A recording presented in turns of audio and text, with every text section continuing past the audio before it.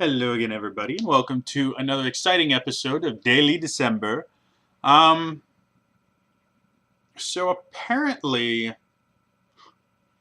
Twitter Twitter went crazy yesterday or the day before. I think it was on Christmas Day, um, because of something that Neil deGrasse Tyson wrote.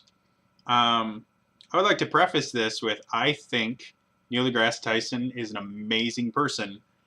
And I think his reaction to this was perfect. For those of you that don't know, he went and posted a tweet where he basically said, today, we celebrate the birth of someone that by age 30 had changed the world. Happy birthday to Sir Isaac Newton. And people done lost their minds over this. They went absolutely nuts. Because, and it was, I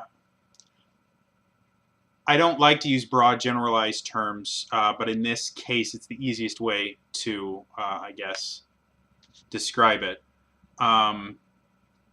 People, through their actions and through their words, claiming to be Christians, took massive offense at this because they're like, well, no, this is Christmas and it's supposed to be about Jesus, and it turned into this massive thing, which in itself is hilarious, mostly because I'm a Christian. I don't think I have been misleading in any respect on this channel. Anyone that watches this knows that I'm a Christian. I had absolutely no issue with what Neil deGrasse Tyson wrote, because technically it was true. If you wanted to get, if you really want to get into the specifics of it, on the Gregorian calendar, technically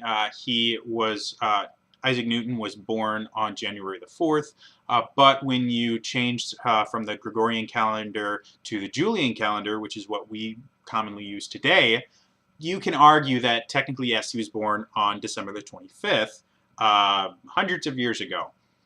So that is a true statement. Another part of that is 100% true is the fact that he did change the world. His laws of motions are used today in physics and everything like that.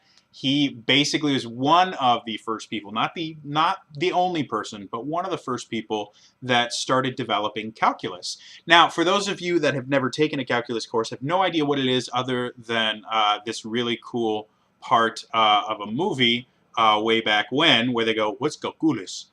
Calculus and advanced math, it's used in literally just about everything when you get to a high enough level. Use it in physics, use it in physical science, you use it in theoretical science. I mean, it's just everywhere.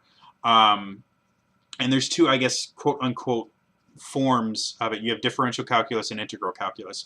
I studied both of them when I was in high school. I have forgotten most of what I learned. But the very, very basics of it, differential calculus, in a nutshell, deals with instant rates of change.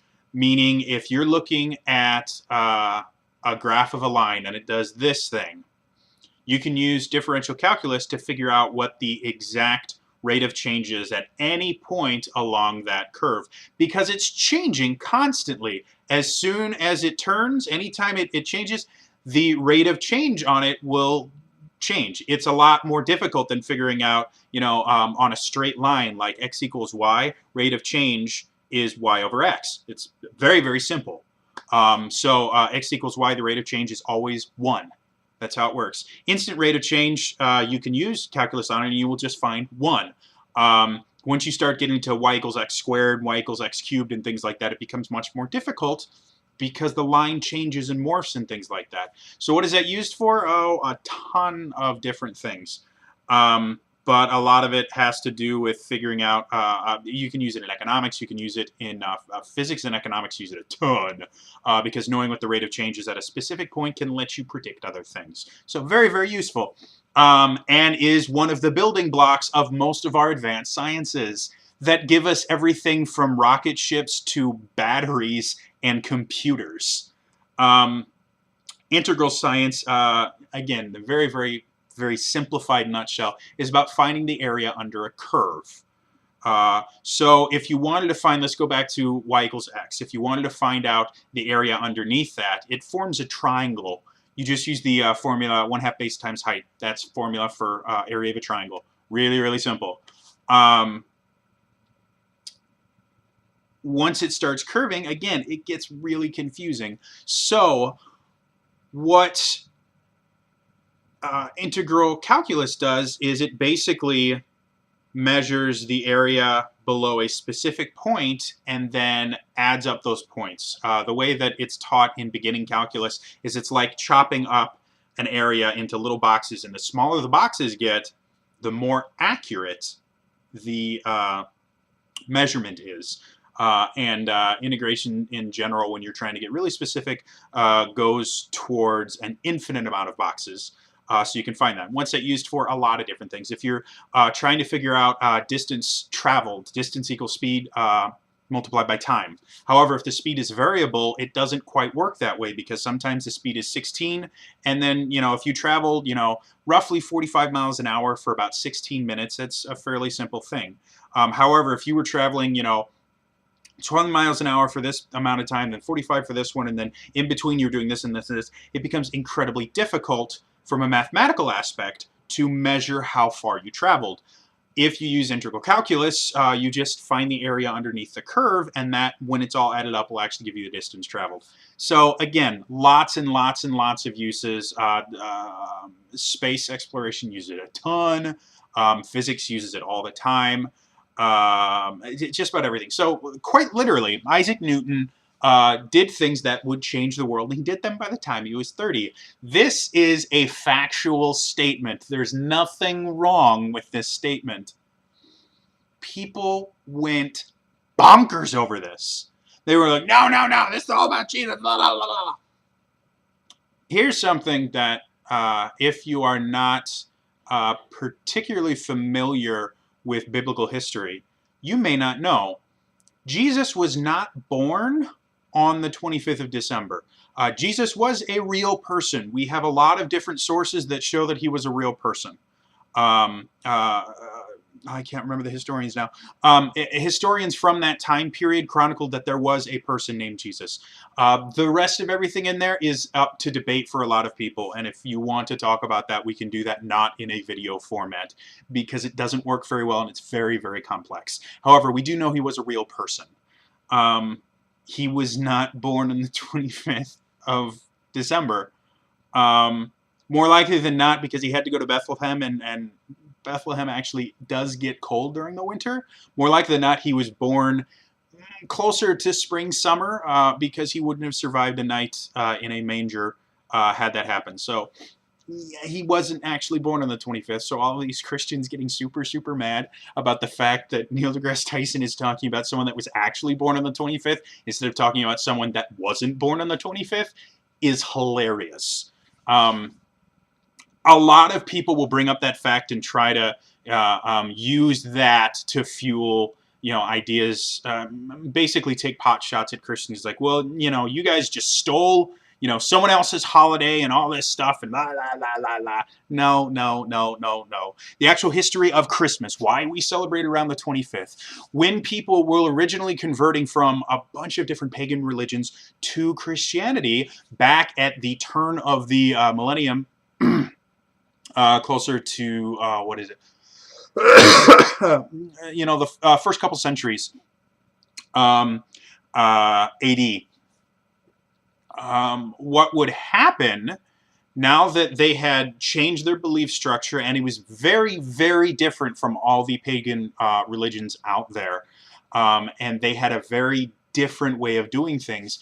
And what happened is one of the large pagan holidays was the winter solstice. It's a huge, huge thing. And so what would happen is early Christians that had just converted from one of the pagan religions would see all of their old pagan friends having fun and doing all these cool stuff because it was the winter solstice, and they started feeling really left out. And it actually turned into a stumbling block for a lot of early Christians where they would reconvert back to their old religion simply because it was fun at this time. And so what Christians decided to do is they're like, well, we're going to turn that frown upside down. Everyone else is having a party. We will too.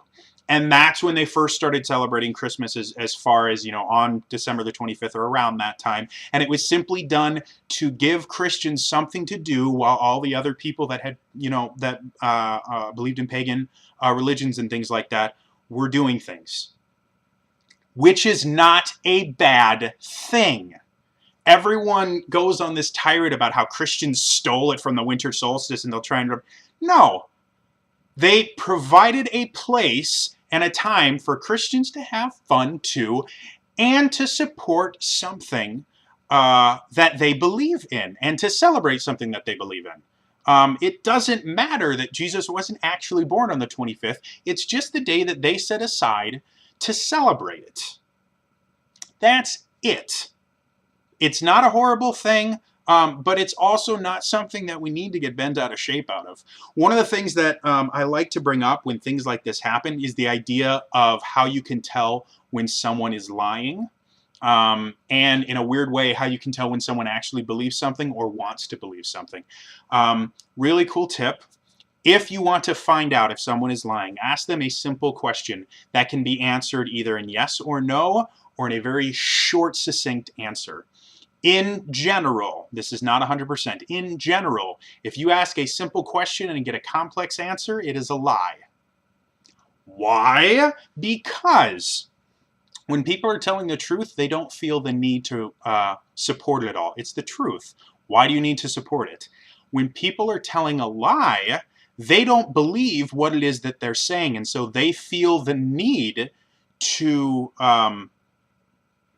they feel the need to support it with other facts, quote unquote. You will also see this when someone is saying something that they technically don't believe.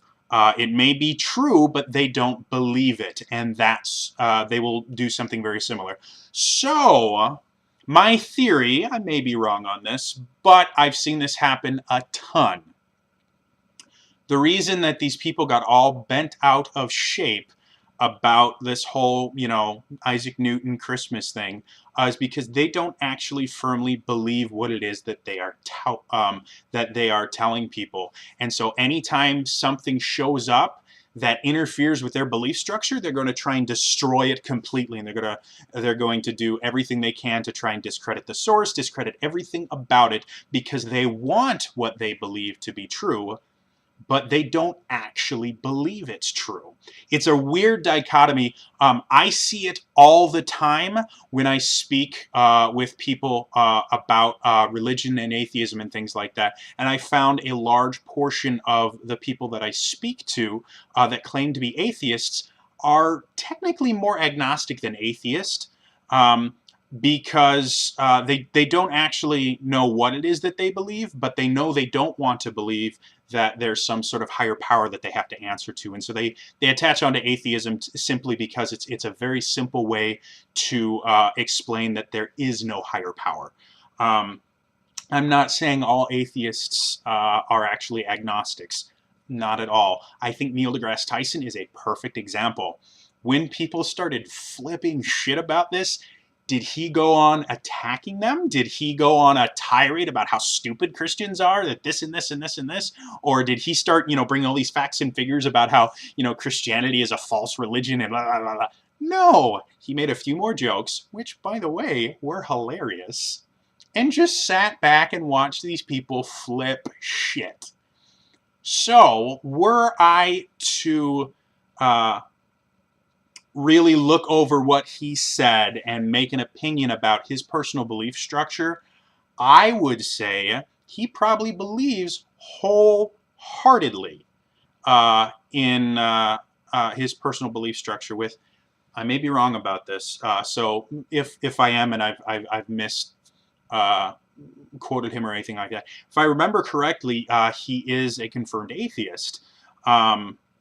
As a lot of very influential and famous scientists are. It tends to be the norm, and if you tend to stray from that, you tend to also get discredited as a scientist. So my understanding is he's an atheist, and he's an atheist because he actually believes it to be true. Unlike other people I have seen that go on massive tirades trying to destroy Christians and call them stupid, those people don't technically believe what it is that they're saying. They're simply trying to convince themselves through convincing the entire world. So, interesting stuff. Yeah, I love dealing with, and you see this all the time with just about every major religion, including atheism, is that there are people that will decide this is what they want to believe and then go on tirades when they find other people that don't believe that same thing, because as soon as truth is inserted into a discussion with falsehoods, even if they're just perceived falsehoods, it makes it very, very difficult to keep to your falsehoods. It's very, very hard to lie to yourself when the truth is right in front of you, and to lie to other people when the truth is right in front of you. So that's all for me today. Sorry it's a little bit longer. I haven't done a really long vlog in a while other than the giveaway, and this is something that I found hilarious and I wanted to talk about. All right, so again, that is all for me today, and I will see you guys tomorrow for another Daily December. Bye-bye.